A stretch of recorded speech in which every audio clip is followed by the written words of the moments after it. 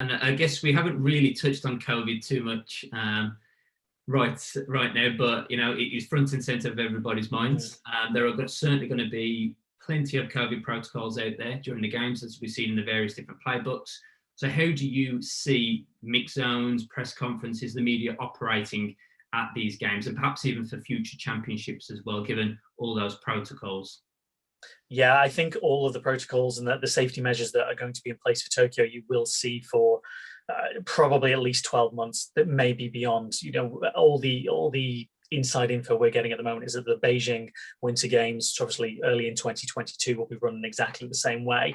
And that basically means there will be fewer media on the grounds. Our numbers at the BBC have been cut right back. It's exactly the same for all the other broadcasters and written journalists. Fewer people in venues, a lot more, as you're probably seeing, much like this, Zoom conferences and other platforms are available for doing your interviews.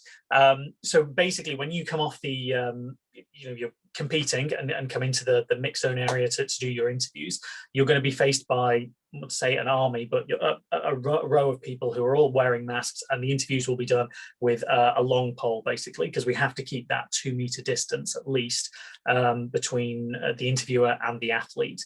There are probably going to be fewer people that you have to get interviewed by along the run, because there will be fewer, as I said, in venue.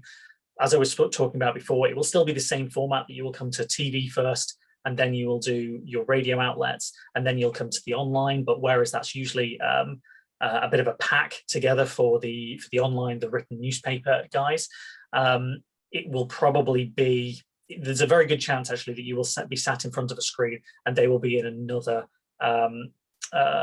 room somewhere in the building, because usually that area, as people will know when they come into that, it's a bit of a free-for-all, and everyone kind of piles onto one another and sort of shoves out their phone or their microphone to get that little clip that they're after. Because of social distancing, that's going to be all different for Tokyo. So that's one thing. You're probably doing more interviews via these platforms rather than in person than you would at any other previous games. And I think also after there's the success, those athletes who've been through this before and win a medal, you go through a process called managing victory, where you will then go and do a lot of other broadcasters, usually the ones who can't get into the venues, but also you'll do your kind of considered interviews, because they might be hours after competition or even the day.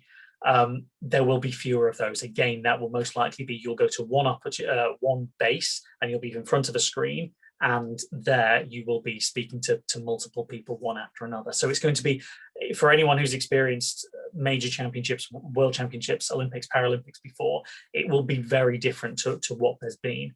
But hopefully come, Paris 2024, which obviously is only 3 years away, we'll have some normality by then.